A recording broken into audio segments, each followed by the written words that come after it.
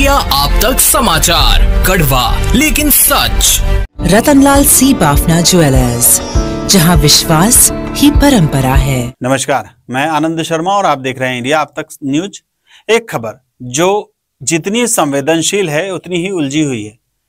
जामनेर के Prakash Chand Jain college के संचालक राजकुमार कावड़िया की मौत ने पूरे शहर को हिला दिया है।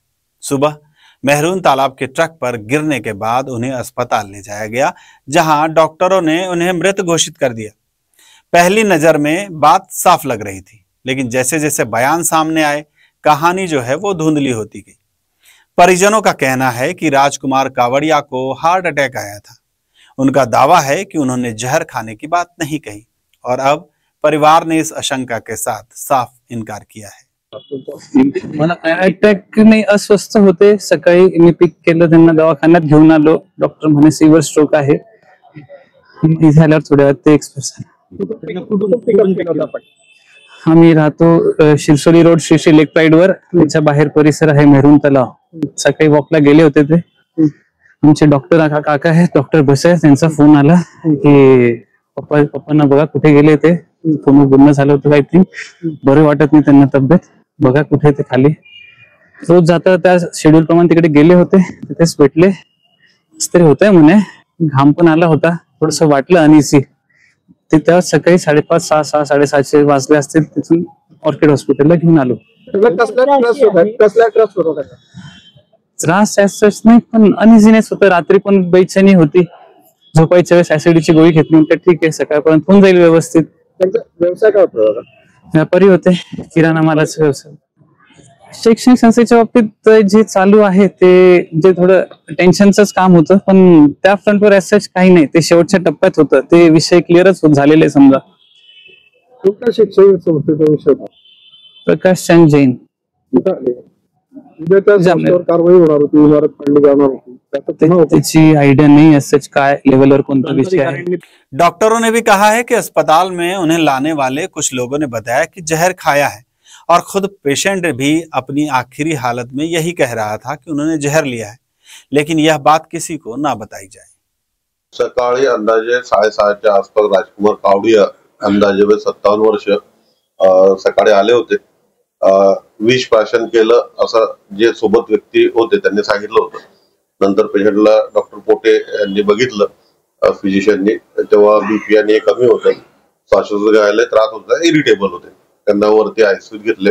आयसीयूत घेतल्यानंतर औषधं चालू केलेले। सुरुवातीला म्हणजे विष घेतलं हे वाटत होतं। पेशंटला विचारलं असतं, ते बोलले की बाबा मी विष घेतलेला, पण मी कोणाला काही सांगणार नाही, पण त्याच्याबद्दल काही आपण कॉमेंट करू शकत नाही। अब ये भी सोचने वाली बात है कि एक आदमी अपनी अंतिम घड़ी में क्या बोल रहा होता है और क्यों बोल रहा होता है, लेकिन परिवार हमेशा उम्मीद में बात करता है और पुलिस तथ्यों की भाषा में। पुलिस का कहना है कि शुरुआती जांच में मामला जहर का ही है।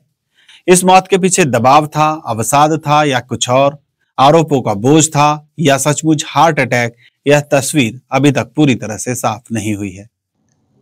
ऑर्किड हॉस्पिटल येथून पोलीस स्टेशन येथे MLC प्राप्त झालेली आहे। त्याबाबत आम्ही स्वतः जाऊन तेथे खात्री केलेली आहे।